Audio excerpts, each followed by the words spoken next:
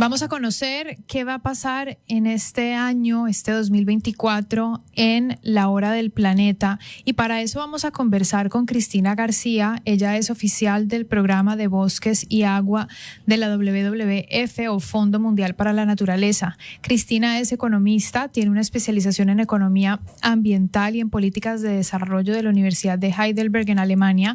Actualmente cursa una maestría en desarrollo sostenible de la Universidad de Sussex en Inglaterra. Tiene más de 8 años de experiencia laboral en centros de investigación, cooperación internacional, sector privado y gobierno nacional. También es una viajera de diversos rincones del Ecuador, especialmente de la Amazonía, y eso marca su motivación personal y profesional de contribuir e inspirar a la sociedad para realizar acciones que permitan el desarrollo social y económico sin poner en riesgo nuestros ecosistemas. Cristina, bienvenida. Muy buenas tardes, Clara María. Muchas gracias por la invitación y muy buenas tardes con todos quienes nos escuchan en este medio.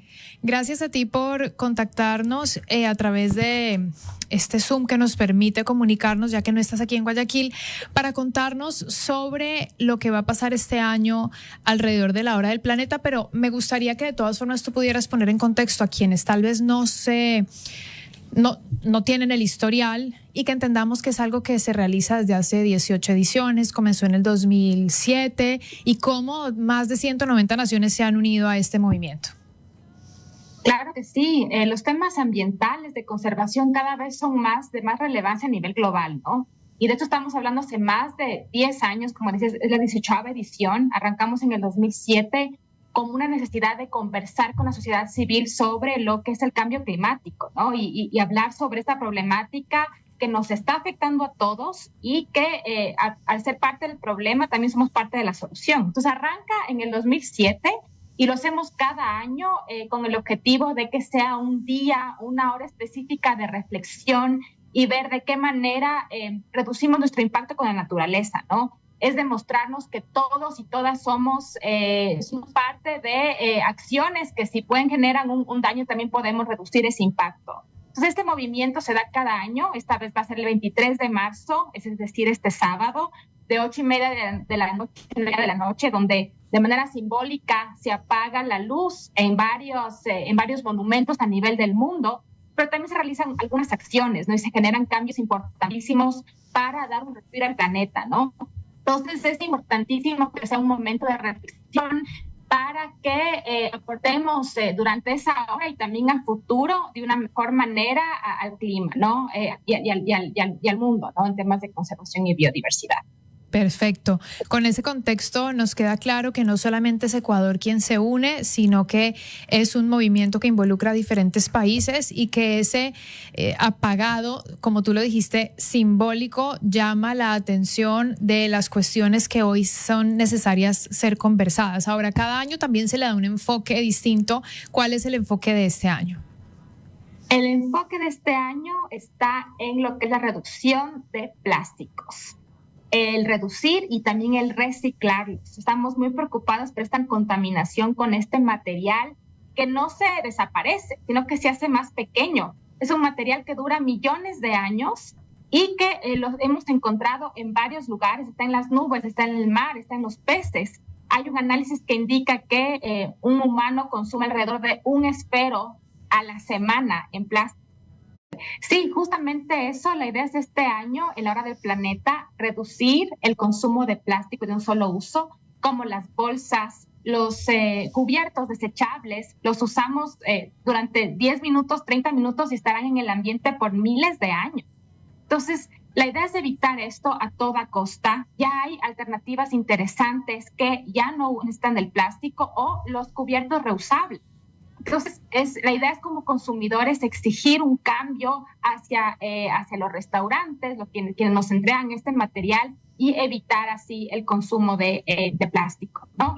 Y si ya consumimos plástico, reciclarlos. Es urgente actuar así por el bien del planeta, separar los residuos, el orgánico, el plástico, el papel, el vidrio, entregarlos de manera limpia al reciclador o recicladora de base. Y de esta manera se aporta muchísimo, ¿no? Desde nuestras casas, nuestros hogares, nuestras empresas, nuestros barrios.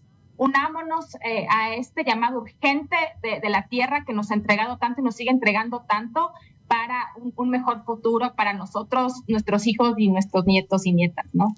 Permíteme compartir unas palabras del director de WWF y complementa lo que tú nos estás diciendo, Tarcisio Granizo, en donde él dice: estamos apoyando al gobierno en este importante frente, por ello bajo el lema Hagamos Minga y en el marco de la Hora del Planeta hacemos un llamado de acción y unión a todas las partes para que juntas y juntos asumamos compromisos urgentes frente a la crisis de triple impacto que representa la contaminación por plásticos, agudiza el cambio climático, incrementa la pérdida de biodiversidad y afecta la salud de las personas y de ecosistemas terrestres y acuáticos. Cierro la cita textual de Tarcisio Granizo, cuando además él se refiere a la actual situación de Ecuador con el Tratado Internacional sobre Contaminación por Plásticos, y de repente nos puedes hablar también sobre esto.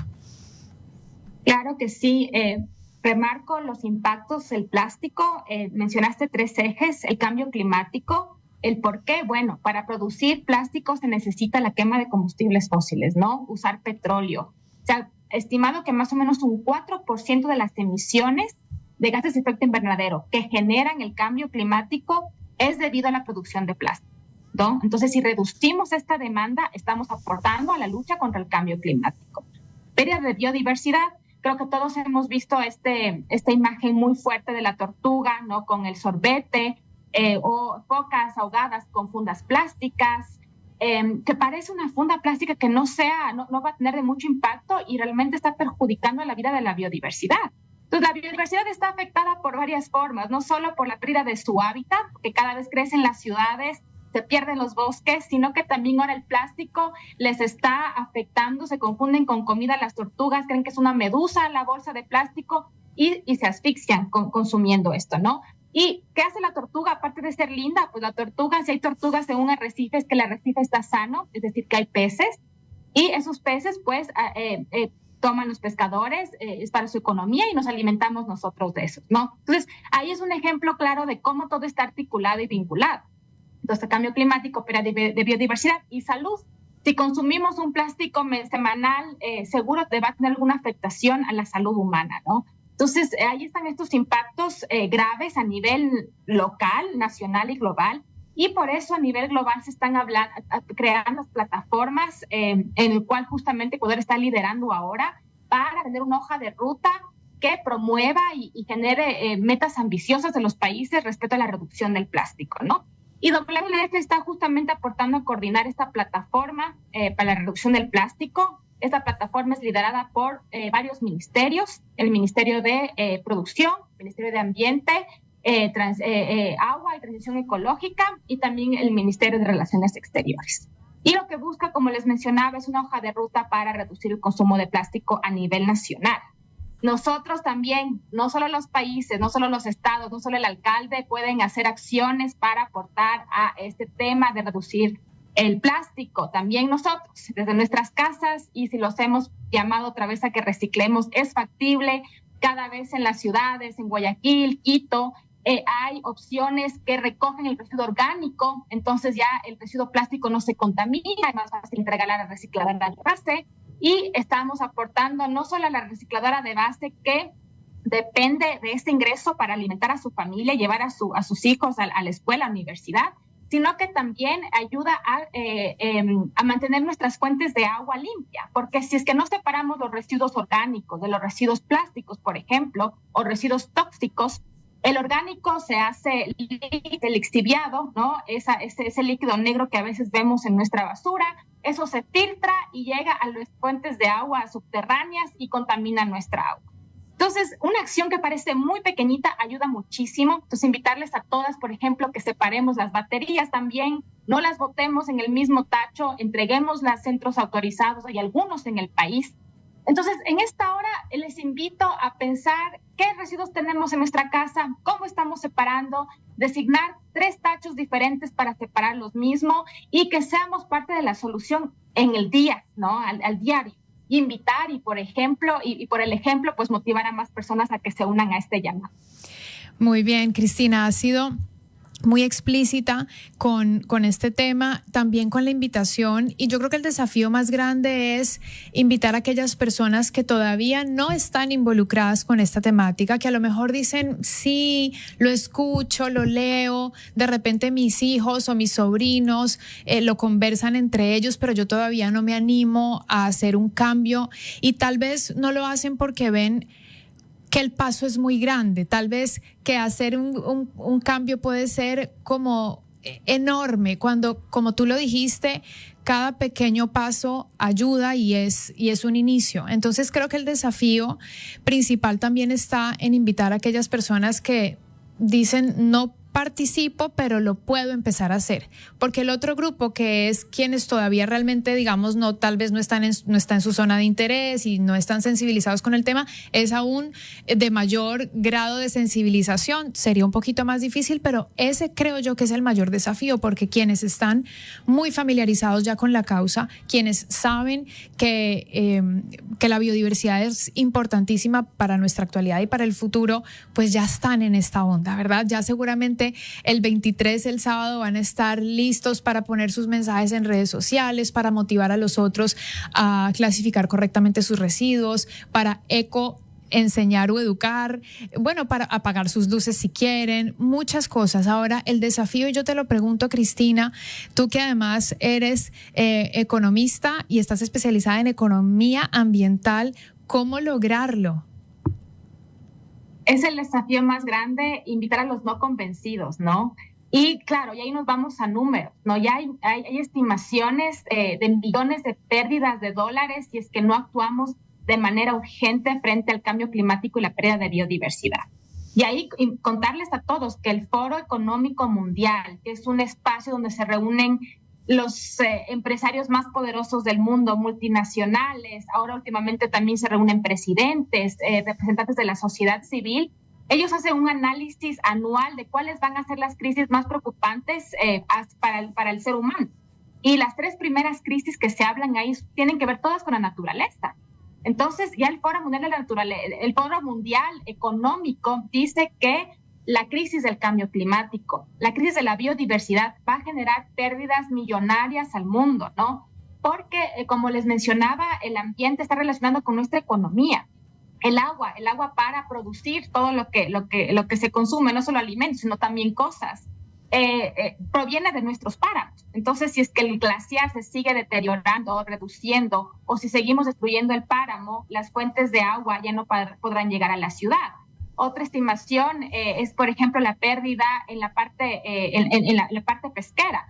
Con el incremento de la temperatura del mar, los peces ya no quieren estar cerca, cada vez mar adentro. Eso significa que los costos de combustible son más caros para acceder al recurso pesquero, y los pescadores artesanales no pueden acceder a esas zonas tan profundas. Entonces ya se ven pérdidas económicas fuertes. Asimismo va a afectar, digamos, va a afectar esto a la industria de la construcción. La gente ya no podrá trabajar en horas pico. Estamos viviendo una hora de calor terrible en la región. La construcción, hay gente que no podrá trabajar, digamos, de 12 a 3 de la tarde porque el calor es insoportable y esto va a afectar a la salud. Entonces, ahí hay pérdidas económicas, ¿no? Y a veces pensamos que una acción pequeñita no va a impactar, y somos millones de ecuatorianos que estoy segura que podemos generar un impacto, ¿no? Y también, bueno, aparte del tema del reciclaje, hablando de olas de calor, mencionabas en un anterior programa que te escuchaba sobre Río de Janeiro, justamente la deforestación de bosques está generando que el calor sea más intenso. ¿Y por qué ocurre esto? Justamente los bosques generan la evapotranspiración, o los ríos que les llamamos, que son ríos que refrescan el ambiente y evitan y reducen este calor tan fuerte porque tapan el sol y es más tolerable estos soles, ¿no? Este calor terrible que perjudica la parte económica, pero también la salud.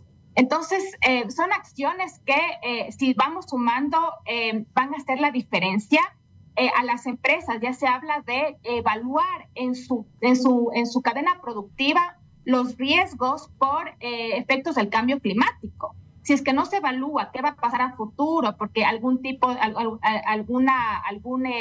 producto, insumo que ellos reciban para la producción no lo van a poder recibir por efectos del cambio climático, no están considerando un riesgo que tienen que abordarlo ahora. Es urgente adaptarnos al cambio climático, pero más urgente es mitigar esto, ¿no? Y sí, podemos hacer desde cada uno algo en nuestras casas, pero también nuestras empresas, también los alcaldes, también el Estado. Como ciudadanos podemos demandar que haya cada vez más acciones más ambiciosas, promover que el transporte público se fortalezca, se mejore, pedir que la tasa de deforestación se siga reduciendo, ver de qué manera puedo yo aportar para que esto no ocurra. Por ejemplo, sabemos que el tema de se está cambiando bosques por ganadería, ¿no? Entonces, ver de qué manera la ganadería se maneja de una manera más eficiente para que no haya la necesidad de expandirse la frontera agrícola, sino que sea una producción más sostenible y evite la destrucción de los bosques. Entonces, son millones de acciones que se pueden realizar cada uno de nosotros para evitar que este tema se siga complejizando, ¿no? Y desde nuestra trinchera, desde cada empresa, desde cada casa, ver qué podemos hacer y qué posibles efectos vayan a haber, como decía, en la parte de construcción, en la parte pesquera, en la parte agroproductiva, agroindustria. Es importantísimo considerar ya eso para que no hayan pérdidas, no solo económicas, sino pérdidas también humanas. Cristina, clarísimo todo lo que nos has dado y es una información muy valiosa. De hecho, me gustaría solamente en un programa dedicarlo a las repercusiones económicas del cambio climático, porque nos diste diferentes ejes sobre lo que el Foro Económico Mundial considera que serán las futuras crisis. Hablaste de la biodiversidad, de la pérdida pesquera, del cambio climático y nos haces entender que todo está relacionado con nuestra economía. Entonces, creo que ese es un asunto muy interesante por donde abordarlo para la comprensión integral de esta problemática y no solamente decir yo cuido el medio ambiente, sino yo cuido mi futuro, que es básicamente de lo que todo esto se trata. Entonces, ahora sí, me gustaría solamente que nos dieras instrucciones de qué tenemos que hacer el 23, este sábado. Claro que sí. Bueno, les invito este 23 de marzo, que es sábado, de 8:30 de la noche a 9:30 de la noche, a apagar las luces, pero sobre todo a sumarse a un momento de reflexión, a sumarse a esta minga de reducir el consumo de plásticos, de reciclar los plásticos. Tenemos varios eventos a nivel nacional, tenemos uno también en Guayaquil. Les invito a que se conecten a nuestras redes www.org.es. Estamos en Instagram, en Facebook, en la página web para informarse dónde vamos a estar, a qué hora vamos a estar. Va a haber una minga en conjunto para retirar los plásticos que encontremos. Y también, si es que no pueden acercarse, pues conectarse a nuestra página web. Tenemos un banco de ideas donde van a aprender cómo hacer juguetes con plásticos que se reutilizarían, también cómo hacer bolsas de tela con una camiseta que ya no usamos, también conocer cómo reciclar, qué significa esto, que hay que separar, que sí y que no, para que también se sumen a esto durante hoy y también a futuro. Entonces, invitarles y decirles que somos la primera generación que estamos viviendo los impactos de cambio climático, pero somos la última que podremos hacer algo al respecto. Así que invitarles a ser parte de la solución de esto y podemos sumarnos durante esta hora, pero que es el comienzo de múltiples acciones por el bien de la naturaleza y de nosotros. Muchísimas gracias a Cristina. Era Cristina García, oficial del programa de Bosques y Agua de WWF, Fondo Mundial para la Naturaleza, y nos ha invitado este sábado a la Hora del Planeta 2024. Gracias a Cristina.